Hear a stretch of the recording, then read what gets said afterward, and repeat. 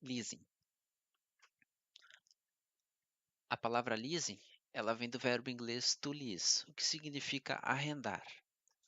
Este tipo de contrato tem por característica ser um contrato consensual, bilateral, oneroso, comutativo, de execução continuada e por adesão.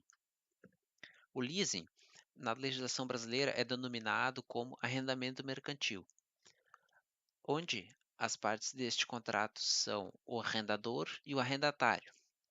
De um lado, nós temos então um banco ou uma sociedade mercantil e de outro lado, o cliente.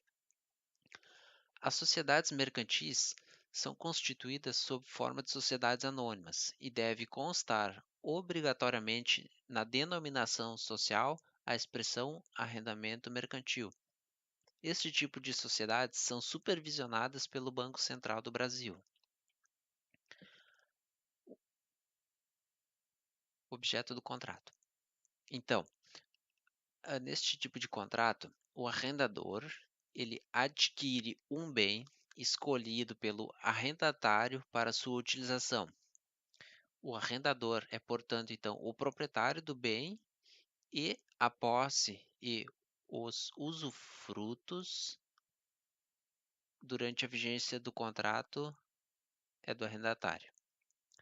O contrato de arrendamento mercantil, ele pode prever ou não a opção de compra pelo arrendatário do bem do arrendador.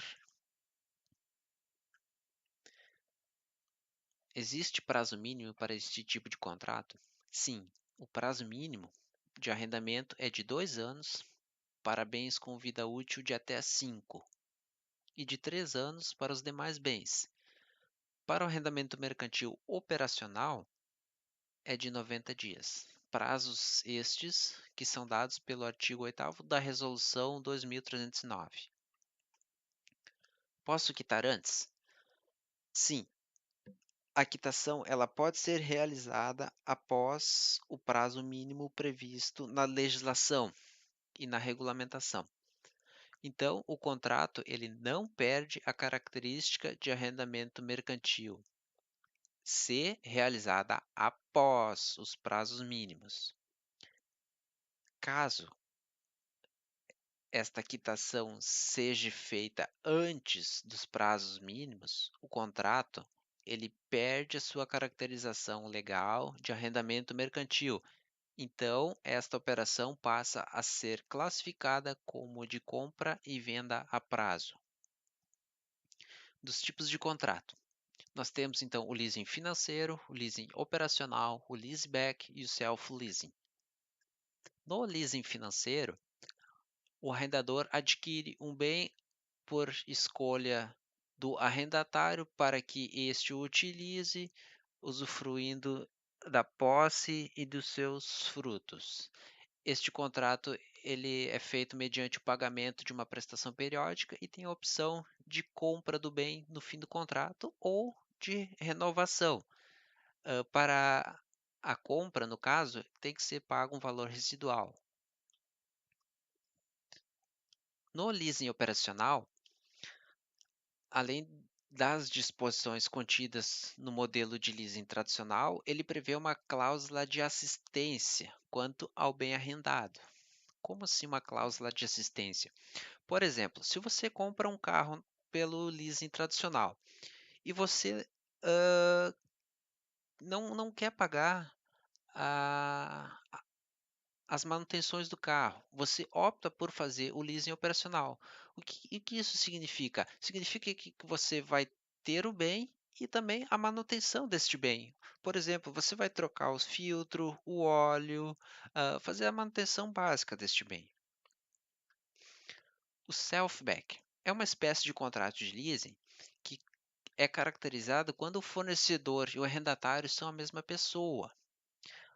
Ou seja, o arrendatário, visando capitalizar-se, ele vende o bem a uma instituição financeira para que este arrende o mesmo à empresa então vendedora, que ora é arrendatária. Self-leasing. Bom, existem dois tipos de self-leasing. Por vinculação, onde duas empresas que sejam coligadas ou interdependentes, o arrendador e o arrendatário negociam um bem específico entre si.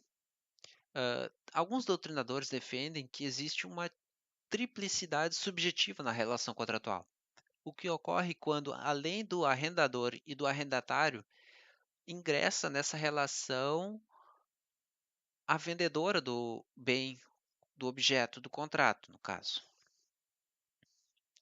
E também temos o segundo tipo de self-leasing, que ocorre quando um fabricante toma o papel de financiador e financia um bem específico a um locatário, através da celebração do contrato de leasing. Aqui podemos citar, por exemplo, a montadora de carro, que financia o próprio objeto, o bem.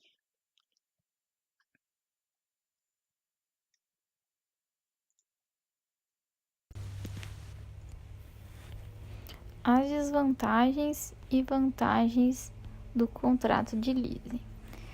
A primeira vantagem é de poder locar bens com a opção de comprá-los ao final do contrato da locação, renovar ou encerrar o contrato. Também o valor do pagamento das prestações seria uma vantagem. As desvantagens que temos seria o custo da operação e não pode quitar no prazo mínimo. E a extinção do contrato se dá de 3 formas. No caso do inadimplemento, com o acordo entre as partes ou com a morte do contratante. A diferença de alienação fiduciária é um contrato de aquisição de um bem, ou seja, ele instrumentaliza uma venda. Ou também o proprietário fiduciário ou credor poderá requerer contra devedor ou terceiro a busca e apreensão do bem alienado, a qual será concedida liminarmente, desde que comprovada a mora ou inadimplemento. E também a propriedade resolve-se automaticamente com o cumprimento da obrigação. A transferência da propriedade resolúvel do devedor para o credor. Aqui a diferença de alienação fiduciária no contrato de leasing é a locação com a opção de compra. Portanto, no leasing de início não há intenção de aquisição do bem. Então, não se utiliza a busca e apreensão, mas uma reintegração de posse em caso de inadimplemento do devedor. E também não há propriedade resolúvel, já que as prestações pagas têm natureza de aluguel e o arrendatário deve exercer a opção de aquisição. Aqui o VRG, o valor residual garantido, corresponde ao parcelamento do valor de compra do bem, caso o arrendatário optasse ao término do contrato por adquiri-lo. E a descaracterização do VRG está na súmula 263 do STJ de 2002, que diz que a cobrança antecipada do valor residual, VRG, descaracteriza o contrato de arrendamento mercantil, transformando em compra e venda e prestação. E também na súmula 293 do STJ, em 2004, que diz que a cobrança antecipada do valor residual, do VRG, não descaracteriza o contrato de arrendamento mercantil. E na jurisprudência já existe recurso especial, uma ação de reintegração de posse acumulada com perdas e danos, sobre o arrendamento mercantil financeiro.